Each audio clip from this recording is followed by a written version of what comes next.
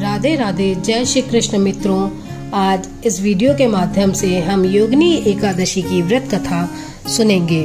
धर्मराज युधिष्ठिर कहने लगे कि भगवान, मैं ज्येष्ठ शुक्ल एकादशी के व्रत का महत्व सुनना चाहता हूँ। आप कृपया आषाढ़ कृष्ण एकादशी की कथा सुनाइए। इसका नाम क्या है, इसका महत्व क्या है, ये भी बतलाइए। श्री कृष्ण कहने लगे कि हे राजन, आषाढ़ कृष्ण एकादशी का नाम योगिनी है। इस व्रत में समस्त पाप नष्ट हो जाते हैं। यह इस लोक में भोग और परलोक में मुक्ति देने वाली है। ये तीनों लोकों में प्रसिद्ध है। मैं तुमसे पुराणों में वर्णन की हुई कथा कहता हूँ, तो ध्यान पूर्वक सुनो। स्वर्ग धाम की अलकापुरी नामक नगरी में कुबेर नाम का एक राजा रहता था। वह शिव भक्त था और प्रतिदिन शिव की पूजा किया करता था। हेम नाम का एक माली पूजा के लिए उसके यहाँ फूल लाया करता था। हेम की विशालाक्षी नाम की एक सुंदर स्त्री थी। एक दिन वह मानसरोवर से पुष्प तो ले आया, लेकिन कामासक्त होने के कारण वह अपनी स्त्री के साथ हास्य और विनोद और रमण करने लगा।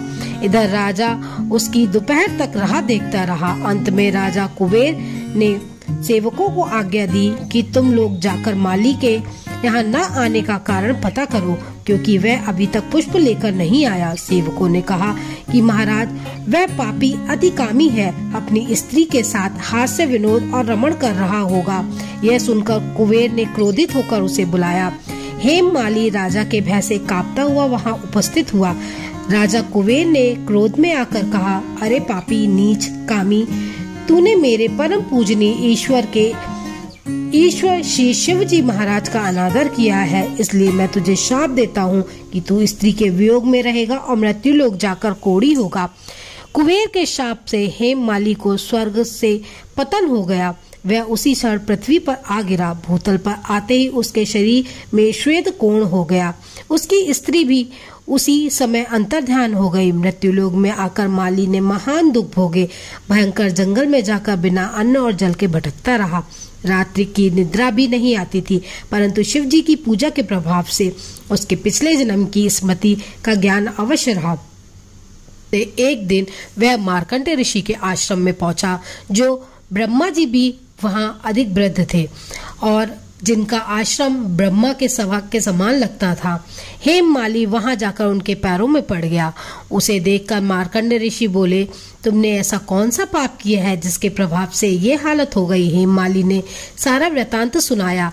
ये सुनकर ऋषि बोले, निश्चित ही तूने मेरे सम्मुख सत्य वचन कहे हैं, इसलिए तेरे उद्धार के लिए मैं एक व्रत बताता हूँ। यदि तू आषाढ़ मास के कृष्ण पक्ष कि योगिनी नामक एकादशी का विधि पूर्वक व्रत करेगा तो तेरे सभी पाप नष्ट हो जाएंगे। ये सुनकर हेम माली अत्यंत प्रसन्न होकर मुनि को साष्टांग प्रणाम किया।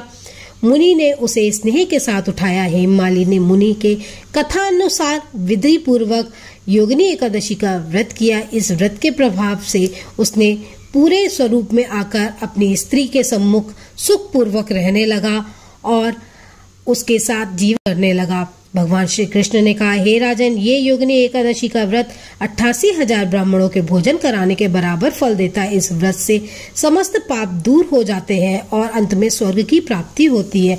तो भक्तों, इस प्रकार योगिनी एकादशी की व्रत कथा समाप्त होती है। राधे राधे। हम पुनः नए वीडियो में जरूर मिलेंगे। धन्यवाद।